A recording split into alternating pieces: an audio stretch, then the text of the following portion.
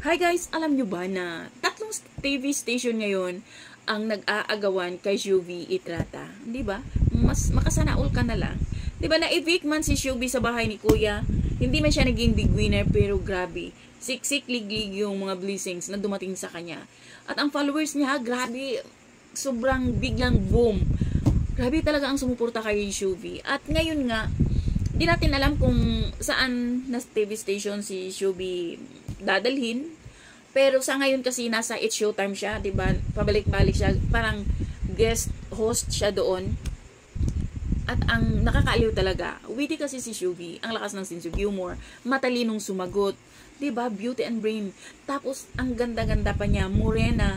Tapos yung energy niya napakataas, 'di ba? Parang si Kim, ibang klase. Masabi mong ibang klase talaga ang energy ng mga Bisaya. Sobrang taas, sobrang grabe. Di ba nung silang tatlo, si Maymay, si Kim, at saka si Shubi, grabe, parang, uy, masabi mo na lang talaga na, wow, ang taas ng energy nilang tatlo. Kaya, sana, kung saan man mapunta si Shubi, hindi siya, anong tawag nito?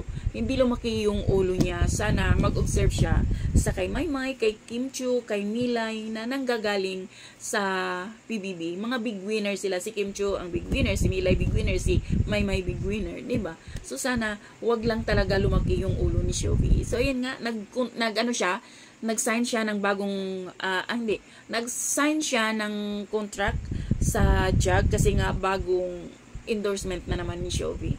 Grabe talaga. Ang dami ng mga big company na kumuha kay Shubi Itrata. So yun lang guys. Thank you for watching. Bye. God bless everyone.